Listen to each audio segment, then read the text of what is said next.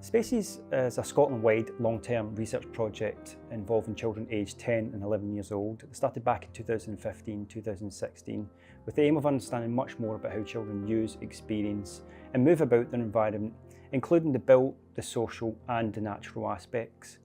The reason why we want to understand more about this is because of course we want to try and change the environment to create more positive experiences for children and young people, particularly for those from more socioeconomically deprived backgrounds. So how do we do it? The young people involved in Spaces are actually part of a much larger study in Scotland called Growing Up in Scotland, and it's a long-term project that started back in 2005 with the aim of tracking the lives of young children from babies all the way through to young adulthood.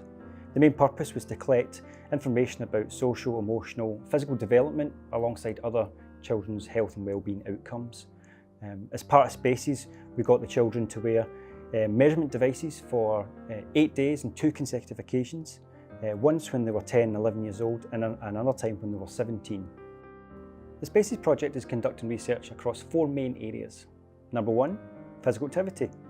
Physical activity is an important health behaviour with strong links to positive physical and mental health and wellbeing. Spaces collected lots of information on children's device-measured physical activity levels, meaning we are able to explore how many children across Scotland meet the current recommended levels of physical activity and how this differs depending on who you are or where you're from. Knowing more about these differences is the first stage to trying to improve them. Number 2, exposure to unhealthy commodities.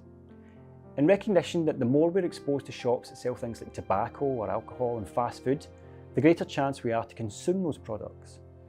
We are currently exploring the link between exposure, engaging in these behaviours like smoking, drinking or eating fast food and health.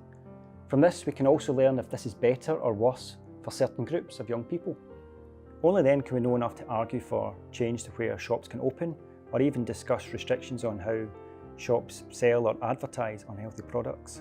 Number 3, the use of the physical environment.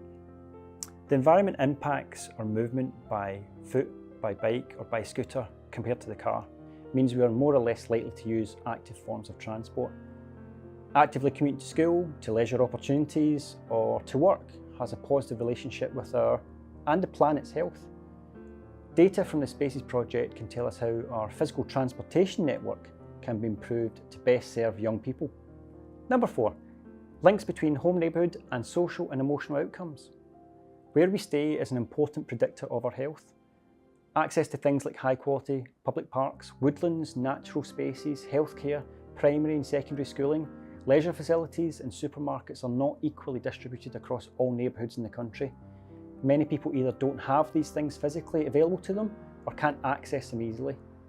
We can explore the relationship between having or not having access to these local amenities and young people's health and wellbeing.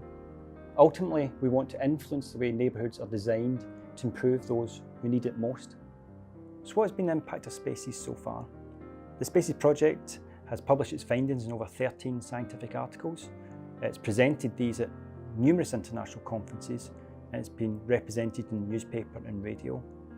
The work on physical activity has influenced the changing of the UK Chief Medical Officer's physical activity guidelines for children and young people. And our work in the inequalities and exposure to tobacco retailers has been discussed at Scottish Parliament. What's next? Spaces project is currently collecting a follow-up data collection now that the young people are aged 17 or 18. We don't have any international data on how children or young people move, experience or use their environment and how that changes over time. And this longer term follow-up allows us to explore how the changes to the built, the natural or social environment influences those longer term health outcomes, particularly in young people from more deprived backgrounds. This is wide-reaching policy implications and planning implications as well, and it may act as a lever to reduce social economic health inequalities.